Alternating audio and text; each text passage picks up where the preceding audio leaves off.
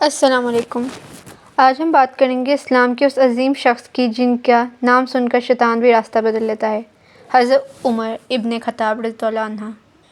وہ صحابی جن کے بارے میں نبی کریم صلی اللہ علیہ وسلم نے فرمایا اگر میرے بعد کوئی نبی ہوتا تو وہ عمر ہوتا۔ یہ حدیث بتاتی ہے کہ حضرت عمر رضی اللہ عنہ کا مقام اسلام میں کتنا بلند تھا۔ حضرت عمر کا تعلق قریش کے ایک مشہور خاندان بنو عدی سے تھا۔ اسلام سے پہلے وہ مکہ کے چند پڑھے لکھے لوگوں میں شامل تھے۔ ان کی فطرت مضبوط، جذباتی اور فیصلہ کن تھی۔ لوگ ان سے ڈرتے بھی تھے اور ان کی بات کا اثر بھی ہوتا تھا۔ وہ پہلے اسلام کی دشمن تھے۔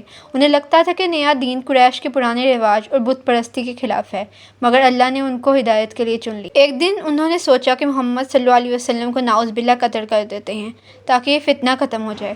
غصے میں انہوں نے تلوار اٹھائی اور نکل پڑے۔ راستے میں ایک آدمی ملا۔ اس نے پوچھا عمر کہاں جا رہے ہو؟ انہوں نے کہا محمد صلی اللہ علیہ وسلم کو قتل کرنے۔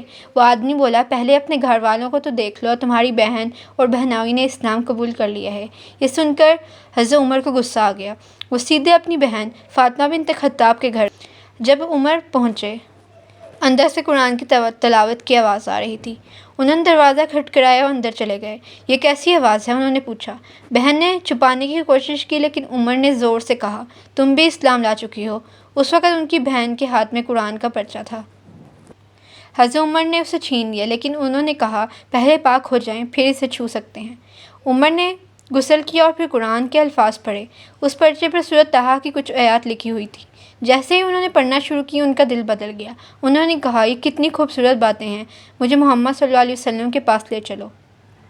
پھر عمر رضی اللہ عنہ سیدھے دارالارقم گئے جہاں نبی کریم صلی اللہ علیہ وسلم اور صحابہ کرام اکٹھے تھے۔ اندر جا کے انہوں نے کہا اے اللہ کے رسول، میں گواہی دیتا ہوں کہ اللہ کے سوا کوئی معبود نہیں اور آپ اللہ کے رسول ہیں۔ یہ سن کر سب صحابہ کے چہرے چمک اٹھے۔ اس دن پورا مکہ گونج اٹھا، عمر نے اسلام قبول کر لیا ہے۔ اس دن سے اسلام کی طاقت بڑھ گئی۔ پہلے مسلمان چھپ کر عبادت کرتے تھے لیکن حضرت عمر نے کہا اب ہم کھل کر نماز پڑھیں گے، اور نبی کریم صلی اللہ علیہ وسلم کے ساتھ انہوں نے سب سے پہلی دفعہ کھلے عام نماز پڑھی کعبہ کے پاس۔ اسلام قبول کرنے کے بعد ان کی زندگی پوری طرح بدل گئی۔ وہ روز اللہ کے رسول صلی اللہ علیہ وآلہ وسلم کے ساتھ رہتے، ان کے سارے غم اور مشکلات میں ساتھ دیتے۔ ان کا دل اتنا نرم تھا جب قرآن کی آیت پڑھی جاتی وہ رو پڑتے۔ وہ کہتے اگر کوئی زندگی کا حساب خود لے لے تو اسے قیامت کا دن حساب دینا آسان ہوگا۔ ان کا انصاف مشہور تھا۔ جب وہ خلیفہ بنے تو انہوں نے سب لوگوں کے لیے برابری کا نظام قائم کیا، نہ امیر کو زیادہ حق دیا نہ غریب کو کم۔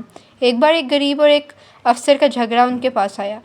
عمر رضی اللہ عنہ نے دونوں کو برابر بٹھایا اور کہا میں عمر ہو کر بھی اللہ کے حکم سے برابر ہوں، کوئی کسی سے بڑا نہیں۔ ان کے زمانے میں اگر کوئی بچہ بھوکا سوتا تو عمر رضی اللہ عنہ خود کو ذمہ دار سمجھتے۔ ایک رات وہ مدینہ کی گلیوں میں گھوم رہے تھے۔ انہوں نے دیکھا ایک عورت برتن میں پانی ابال رہی ہے اور بچے رو رہے ہیں۔ عمر رضی اللہ عنہ نے کہا بہن کیا پکا رہی ہو؟ عورت بولی کچھ نہیں، پانی ابال رہی ہوں تاکہ بچے سمجھیں کھانا بن رہا ہے اور سو جائیں۔ عمر رضی اللہ عنہ کے آنسو آئے۔ فوراً بیت المال گئے، کچھ کھانے کے لیے اکٹھا کیا اور کہا عمر کی ذمہ داری ہے کہ لوگ بھوکے نہ سوئیں۔ جب ان کے ساتھی نے کہا میں اٹھا لیتا ہوں، عمر نے جواب دیا قیامت کے دن میرے بوجھ کو کیا تم اٹھاؤ گے؟ حضرت عمر رضی اللہ عنہ کا دور اسلامی تاریخ کا سب سے بہترین دور تھا۔ انہوں نے مصر، ایران، عراق اور سیریا تک اسلام کا پرچم لہرا دیا۔ ان کی حکومت میں عدل و انصاف کا نظام مثالی تھا۔ ایک دفعہ ان کے پاس ایک غریب آدمی آیا جس کا بیٹا ایک امیر کا بیٹے سے لڑا تھا۔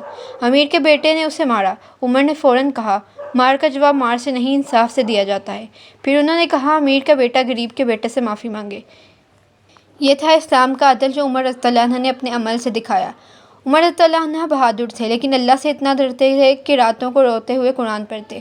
وہ کہتے اگر دجلہ کے کنارے ایک کتا بھی بھوکا مر جائے تو عمر سے سوال ہوگا۔